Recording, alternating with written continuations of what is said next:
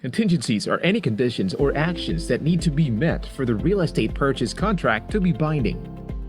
A home inspection contingency is a section added to a real estate contract during an offer to purchase a property.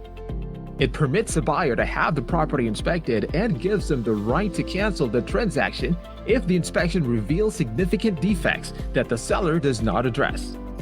In other words, a home inspection contingency makes backing out of an already accepted offer perfectly legal, free of the penalty, while ensuring you get your earnest money back in most cases.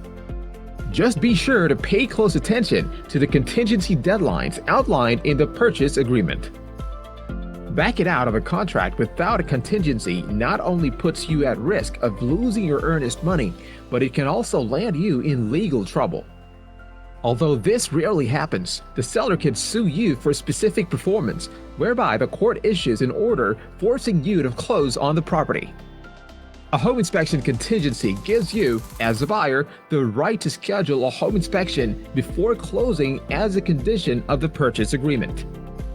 You can use this to ask for repairs based on the inspection findings, or negotiate for a lower price, or back out of the sales contract.